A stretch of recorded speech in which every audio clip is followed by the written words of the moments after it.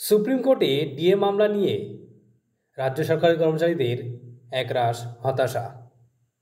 আবারও ডিএ মামলা নিয়ে যা খবর পাওয়া গেল তা মোটেই কর্মচারীদের পক্ষে শুভ নয়।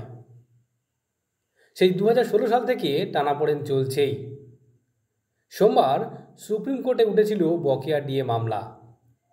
পঞ্চম বেতন কমিশনের অধীনে বকেয়া মর্গ ভাতা মামলা আজ ওঠে শীর্ষ আদালতে। শেষ শুনানি পিছিয়ে যাওয়ায় আজকে শুনানির দিকে তাকিয়েছিলেন কর্মচারীগণ। কিন্তু কি হলো? জানালো রাজ্য সরকারি কর্মচারী সংগঠন confederation of state government employees. তারা কি বলেছেন? সোমবারও ডিএ মামলা সুপ্রিম কোর্টে ওঠেনি। 60 নম্বরে নথিভুক্ত ছিল এই মামলা। তবে বিচারপতি ঋষিকেশ রায় এবং বিচারপতি প্রশান্ত কুমার মিশ্র 39 নম্বর অবধি শুনেছেন। একটি পাশ হবার মামলা হওয়ার পর আসন ছেড়ে উঠে পড়েন বিচারপতিরা। আপনারা জানেন, বিগত 8 বছর ধরে বকেয়া মহার্ঘ ভাতার মামলা চলছে।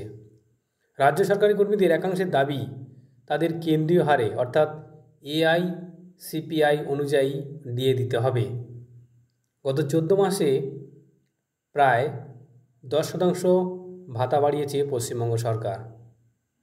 কিন্তু অন্যদিকে দেখতে গেলে 2024 সালের জানুয়ারি মাস থেকে সপ্তম বেতন কমিশনের অধীনে 50% হারে মহার্ঘ ভাতা পাচ্ছেন কেন্দ্রীয় সরকারি কর্মচারীরা, যেখানে রাজ্য সরকার আগামী মে মাস থেকে আরও 4% দিয়ে দেবে।